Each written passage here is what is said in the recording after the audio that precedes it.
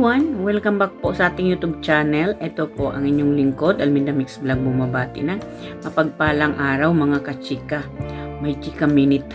May chikahan tayo ngayon mga karajel, mga kalingap, ano. So, bago natin yan ipagpatuloy ang ating reaksyon o opinion natin, ano, ay ako'y nagbabaka sakali kung hindi pa kayo nakasubscribe sa aking munting bahay, baka pwede pong pakipindot ng subscribe button dyan at ng notification bell para updated tayo lahat sa ating mga nire-reaction ng video dito po sa kalingap o sa ka-business, no? At wag po natin din kalimutan sa supportahan o i-subscribe natin ang Kuya Val Santos Matubang, Kalingap Rap, at Edna Vlog, at si Jack Tapia Matubang po, at si Kalingap Tata, at ang aming pinuno pong si Ka-Business Official, at ang kanyang gwapitong anak na si Papa Dins TV, at ang Ka-Business Family po ang pangalawa nilang channel. Wag po natin kalimutan yon. Suportahan po natin ang mga ito, mga karajel, no, mga ka-business, mga kalingap. So ito na nga, no, napanood natin itong latest vlog ni Kalingap Rap, yung tungkol na dito kay Angelica, ano, na napakasad naman talaga ng news na ito, na napakalungkot at masakit sa damdamin, ano, lalo't lalo na dito kay Angelica. Ang sabi na ba natin, yung pag-a-affair ng kanyang ama sa ibang babae. Kung baka nag-asawa, may asawang iba ang papa ni Angelica. No, yun lang talaga masakit kasi ang naaapektuhan mga karajel, mga kalingap, mga ka-business. Etong ating mga anak, ano, etong numero uno ang maapektuhan yung mga bata. No, at lalong-lalo na ito pa lang sila Angelica, 8 silang magkapatid, ano.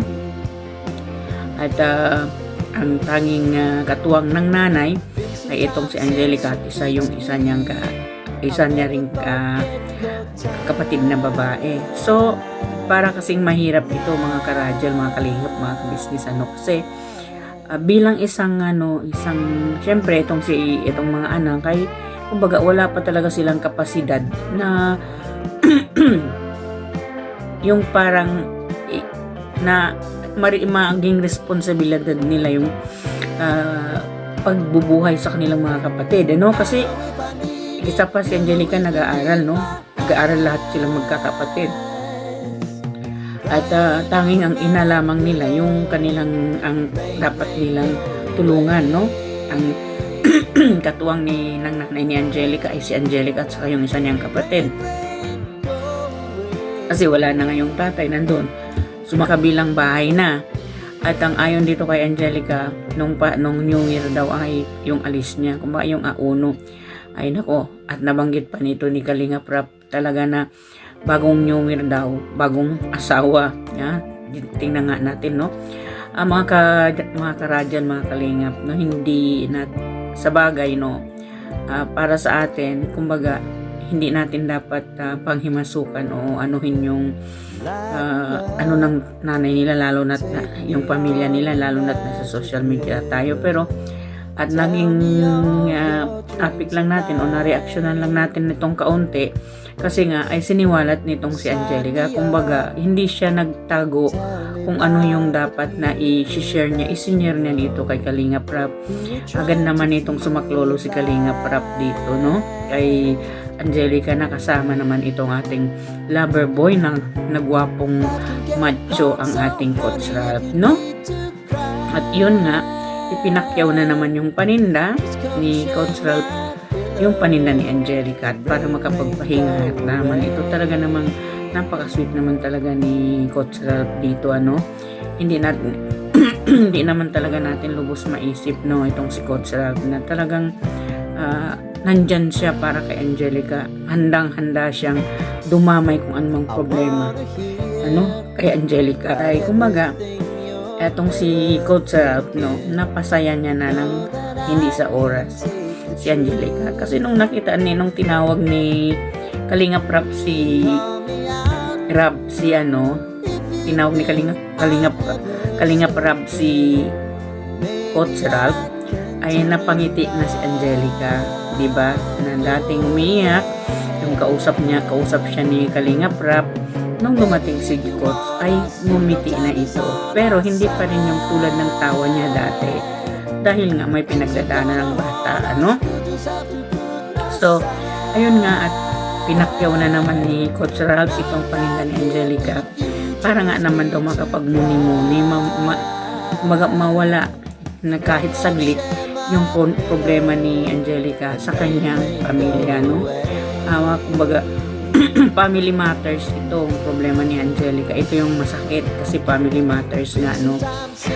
Haligi ng tahanan, yung kumikwas, umanap ng ibang ilaw, no? So, at ayun nga, at nag-surpresa pa nga itong si Coach Rap na mayroon silang natanggap na package galing sa anonymous person na ayaw magpabanggit. Ang tuwa naman talaga ni Angelica, no, at ni Coach Ralph, ano, at dito dinamayan ni Coach Ralph si Angelica sa problema niya, at inadvisean din ito nila Kalingap Rap at nila Coach na huwag niya masyadong dibdibin o isipin yung pangyayari kasi hindi talaga natin maiwasan yun, mga kalingap, mga karadyan, mga kabisnes, ano, na hindi maapektuhan yung mga bata.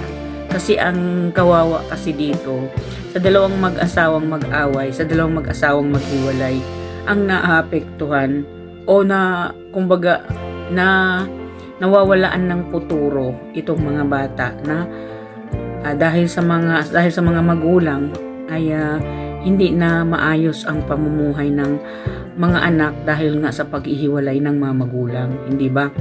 Galing ko mag-advise, hiwalay din naman ako. At actually, sorry po, no, pero hindi kami hiwalay. Nangabilang bahay lang yung asawa ko. Sorry po.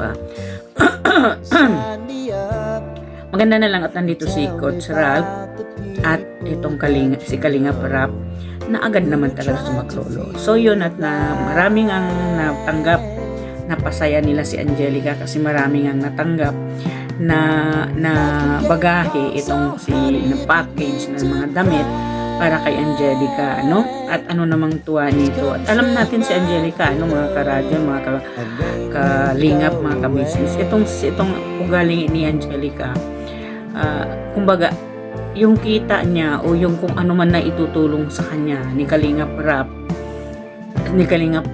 at ang noon pa kay Kalingap Tata, no, hindi siya nag-iisip para sa kanya. Talagang binubuhos niya doon sa pagkapatid niya at nanay niya.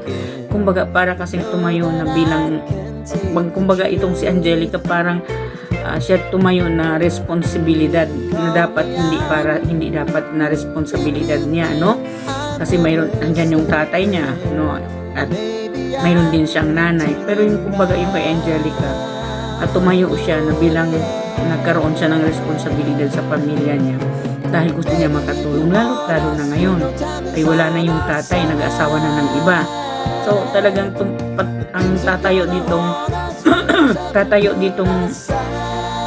bilang isang magkaroon ng responsibilidad ay itong si Angelica na, kasi wala na nga, siya at saka yung mga kapatid niya na lang ang katuwang ng nanay niya. Yun ang nabanggit niya, na siya at saka yung isa niyang kapatid na babae, yun na lang ang kanilang silang dalawang maaasahan dito, no, sa paggawa nitong kakanin. Alam naman natin yun, no, na nung nandoon si Coach Ralph, nakita natin kung si Angelica nang gumagawa ng kakanin, no. Yan sa ko lang, no, para sa akin lang, talagang masakit, kasi ramdam mo talaga yung paghinagpis ni Angelica dito, no. Syempre, masakit yun sa kanila na, kumbaga, proud na proud pa itong tatay niyang isiniwalat na may babae siya, no. Di na lang niya inisip yung kung ano yung magiging epekto doon sa kanyang mga anak, lalong marami siyang anak na babae, Hindi niya iniisip yung na maaapektuhan talaga yung anak niyang mga babae doon dahil sa ginawa niya, no? Kasi mga karadyan, mga kalingap, sa ganito kasing sitwasyon na para kasi minsan ay hindi na rin makayanan ng mga bata ito yung mag-asawa sila ng maaga, hindi na matapos sa pag-aaral dahil sa sitwasyon na ganito. Kasi tumayo na nga sila na responsable, maging responsable na sila sa pamilya kasi wala na nga yung kumbaga pilay na, no? Sa bahay pa ay pilay na yung isang haligi doon ay napilay na dahil nga yung umalis na nga yung tatay nila at naghanap na nga ng iba na mayroon na nga kinakasamang iba, no? At ayon pa dito kay Angelica, hindi na siya umuwi. So ibig sabihin na natili na siya doon talaga sa kanyang kinakasama. No, ang pangit naman ng pasok ng 2025 sa buhay ni Angelica, na pala masakit na masalimuot, no? Pero sana dito kay prinsesa natin, Angelica, anuhin mo lang yan, be. Lumaban ka, labanan mo yan, lalahanin mo, may mga kapatid ka pa, andyan pa naman yung nanay mo, no? Who knows, one day or soon magsisisi ang tatay mo kasi marami kayong magkakapatid, no? Who knows na makakatapos kayong lahat, wala ring matira sa kanya, no? Siya rin ang kawawa one day, no? Totoo yung sinabi ni Kalingap Rab na pagsisihan din niya yan one day. What if hindi siya patawarin ng mga anak niya? Kawawa siya, no? At maswerte siya, nagkaroon siya ng 8 anak, malalaki na ngayon, makakatulong na sa kanya. Hindi na yung musmus o pinapasuso pa. Eto ay malalaki na, makakatulong na sa kanya, doon pa siya nagloko, no? Well, mga karajel, hindi man masaya, hindi man sweet ang ating reaksyon dahil nga sa sinawalat ni Angelica. At kahit naman sa ganon, marami siya, masakit sa damdamin niya, masakit sa kalooban niya, at least napatawa siya ni Coach Rab kasi andyan yung ating matipuno at magginoo na gwapong macho na si Coach Rab para sa ating Angelica. To shoulder to cry on, to lean on, no? Pagsabihan niya na ang problema, at ayon dito kay Coach Rab, hindi daw ito nagsasabi sa kanya, siguro nahiya dahil family matters yun. Nahiya siguro siya dahil syempre tatay niya yung nagloko, nahiya naman yun siya i-share kay Coach Rab kasi nga syempre nakita niya siguro, naramdaman niya siguro na nakakahiya ito kung i-share ko kay Coach Rab kasi nga kumbaga syempre magkakaroon maano yung ego ni Angelica, syempre hindi yun maiiwasan ni Angelica, hindi iisipin na baka maiba yung isip ni Coach Rab dahil nga doon sa tatay niya na nagloko. Syempre nahihiya siya na talagang i-direct dito kay Coach Rab, na ayaw naman kay Coach Rab kahit anong problema, andyan siyang dumamay kay Angelica. Napaka-sweet naman ng ating Coach Rab, At eto, hindi talaga iiwan ni Coach Rab si Angelica, dito sa vlog ni Kalingap Rab ay nagpaiwan si Coach Rab na para damayan si Angelica at ihatid daw niya pag uwi kasi maggagabi na nga, alam naman natin yan, ganyan ka-sweet, at saludo ako dito kay Kalingap Rab, kung ganyang sitwasyon, hindi lang naman dito kay Angelica, kay Coach Rab, nakikita din natin dito sa kay Beyonce at saka kay Edu, dito kay Carla at saka kay Jomar, at dito din kay Joy at saka kay Dan, na kumbaga nagpapaalam sila na sila na lang yung maghahatid, na fully trusted naman talaga itong mga Kalingap boys ni Kalingap Rab, kumbaga hindi nila pinapabayaan ang bawat love team nila, dinadamayan nila lalo na may problema. Dito yung magandang love team, na hindi nag-iiwanan ng partner sa anumang sakuna o sa anumang problema dumadaan sa kanila. Andyan sila, nakikiramay sa'yo, ina-advisean ka, kung ano man ang maitulong ay tutulong nila, Maganda itong mga love team ni Kalingap Rab, Saludo tayo dito. Dahil pa ni Kalingap Rab ang mga artista at direktor na kumbaga yung mga pinaka highest na director dito sa larangan ng pelikula, no? Daig pa sila ni Kalingap Rab, no, kung mag-direct dito sa kanyang mga love team, di ba mga ka-radyan, mga Kalingap, kasi walang script, diretso, pasok, magsalita kung anong sasabihin, natural na natural. Believe ka talaga, no, dito kay Kalingap Rab, no. Sa lahat naman talaga ng love team pinapanood natin ay magandang panoorin kasi very natural sila, no? So, well, mga Kalingap, mga ka-radya, mga ka-business, hanggang dito na lang itong aking reaction video. Kung nagustuhan po ninyo, sana po ay i-subscribe, i-share, i-likes at i-comments po ninyo itong aking mga reaction video, mga ka-radya, mga Kalingap, mga ka-business. And please don't forget to subscribe po.